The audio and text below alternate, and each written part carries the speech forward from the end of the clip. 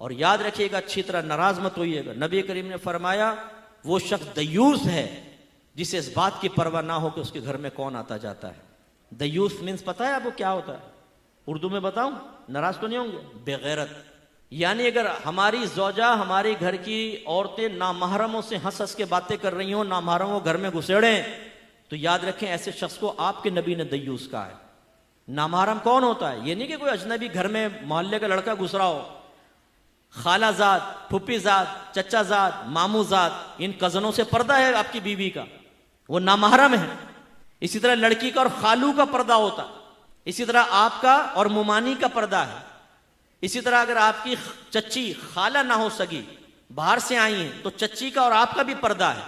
हमारे यहाँ कहाँ हो ये इसका ख्याल करते? अल्लाह के नबी पर्दे के अहकाम बयान फरमाएं, और हमारी हालत यह है कि अगर हम इस तरह की बातें बयान करें तो ये औरतें हमारे खिलाफ बोलना शुरू कर देती हैं। अरे क्या हम गारों में छुप के बैठ जाएं? दूध वाले से हंस के ये बातें कर रही हैं, पर सब्जी वाले से ये बातें कर निकल रही है, और वो मर्द देख रहे हैं, लेकिन हमारी गैरत ही सोई पड़ी है कि भाई तुम क्या कर रही हो?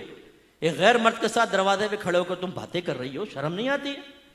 बीबी फातिमा रज़ी अल्लाह ताला अन्हा, जिगर गोशा रसूल का आलम यह था कि आपने अपनी खादिमा से पूछा, ये बताओ हबशा में लोगों को, औरतों को दफन कैसे किया जाता था?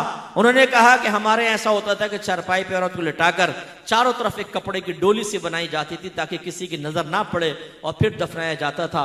बीबी फातिमा रज़ी अल्लाह ताला अन्हा ने कहा मुझे इसी तरह दफनाना, और फरमाया अगर मैं फौत हो जाऊं तो रात के वक्त मेरी मैयत को लेके जाना ताकि किसी गैर महरम की नजर मेरी चारपाई तक पर ना पड़े। वो बीबी फातिमा नबी करीम सल्लल्लाहु अलैहि वसल्लम की बेटी, तरबियत याफ्ता, ये कहे, और ये बीबी फातिमा को मानने वाली, उनकी न्याज़ें खाने वाली, ये कहे कि हम पर्दा नहीं करेंगे, और घर का वो सरपरस्त बेवकूफ किस्म का वो कहता है कि जी मैं परमिशन देता हूं तुम बगैर पर्दे के घूमो फिरो। यानी कितनी बहनें मुझे ऐसी मिली हैं जो ये कहती हैं कि हमारे शौहर ये कहते हैं कि मेरे दोस्त आए, रिश्तेदार आए, बिला पर्दा सामने बैठो। और एक शौहर ने तो दलील ये दी कि देखो जब मैं अपने दोस्तों के घर जाता हूं उनकी बीवियां मेरे सामने बैठ जाती हैं।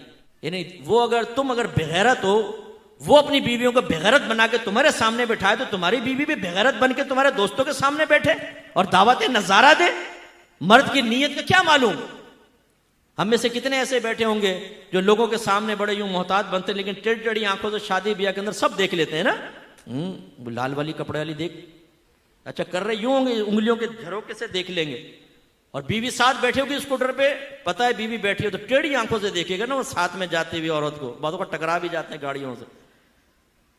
तो जब हमारी नीयतों में इतना फतूर है कि शैतान कुछ ना कुछ डाल देता है, तो आपने कैसे समझा कि घर की औरत के शैतान से बिल्कुल पाको साफ हो गई?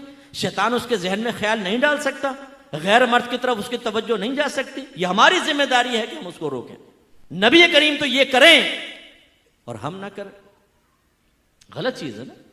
एक मरतबा नबी करीम सल्लल्लाहु अलैहि वसल्लम हुजरे में दाखिल हुए, सईदा आयशा सिद्दीक़ा रज़ी अल्लाह तआला अन्हा के पास एक शख्स को बैठे हुए देखा, चेहरे अनवर का रंग बदल गया, जलाल के आसार नुमाया हुए। सईदा आयशा ने अर्ज़ किया, रसूलल्लाह ये मेरे रिज़ाई भाई हैं, यानी हमने एक ही माँ का दूध पिया है। तो फिर सरकार का जलाल कब हुआ? यानी जलाल में तशरीफ लाए कि घर में अजनबी मर्द कैसे?